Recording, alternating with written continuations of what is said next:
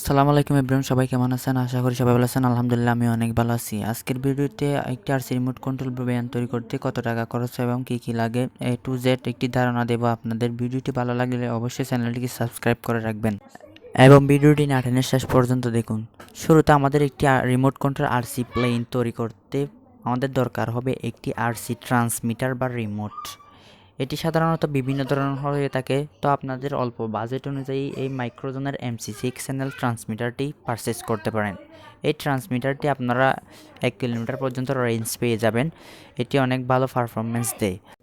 এই ট্রান্সমিটারটি আপনারা 2 থেকে 2,500 টাকার মধ্যে পেয়ে যাবেন। এই ট্রান্সমিটারটি ব্যবহার করে আপনারা বিমানটিকে ভালোভাবে ফ্লাই করতে পারবেন। এরপর আমাদের প্রয়োজন হবে একটি আরসি লিপো ব্যাটারি। এই লিপো ব্যাটারি দুই ধরনের হয়ে থাকে, একটি হলো 2200 মিলিঅ্যাম্পিয়ার এবং আরেকটি হলো 1500 মিলিঅ্যাম্পিয়ার। 2200 মিলিঅ্যাম্পিয়ারের ব্যাটারিটি আপনারা 2 থেকে 2,500 টাকার মধ্যে পেয়ে যাবেন এবং 1500 মিলিঅ্যাম্পিয়ারের ব্যাটারিটি আপনারা 1 থেকে 1,500 টাকার মধ্যে পেয়ে যাবেন।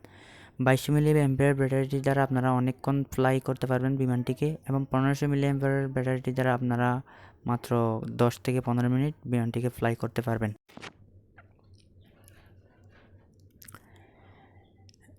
এরপর আমাদের প্রয়োজন হবে একটি চার্জার, যেটি ব্যবহার করে লিপো ব্যাটারিটিকে চার্জ দেওয়া যায়। এটি অনেক ভালো মানের একটি চার্জার। এটি দিয়ে ব্যাটারিকে অনেক ভালোভাবে চার্জ দেওয়া যায়। এটি আপনারা 750 থেকে 500 টাকার মধ্যে পেয়ে যাবেন। অবশ্যই ক্রয় করার সময় দেখে শুনে ভালো চার্জারটি ক্রয় করবেন। এরপর আমাদের প্রয়োজন হবে একটি ব্রাশলেস মোটর বা BLDC মোটর। এই মোটরটি অনেক ভালো মানের একটি মোটর। এই মোটরটি ব্যবহার করে আপনারা অনেক ভালোভাবে বিমানটি ফ্লাই করতে পারবেন।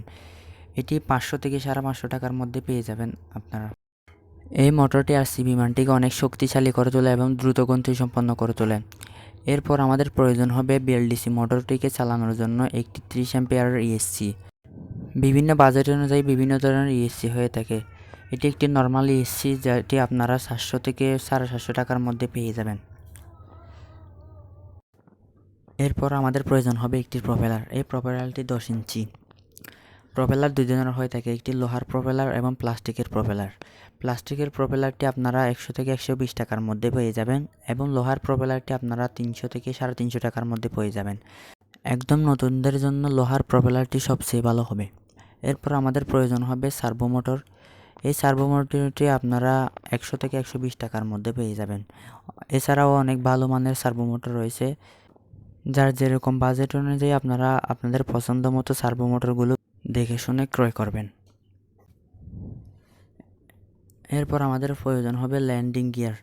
ল্যান্ডিং গিয়ার এইগুলো আপনারা 700 থেকে 750 বা 500 টাকার মধ্যে পেয়ে যাবেন।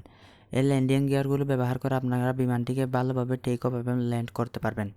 বিভিন্ন বাজেট অনুযায়ী বিভিন্ন ধরনের ল্যান্ডিং গিয়ার রয়েছে, তো আপনারা অল্প বাজেটের মধ্যে এই ল্যান্ডিং গিয়ারগুলো নিতে পারেন। এগুলো অনেক ভালো মানের ল্যান্ডিং গিয়ার।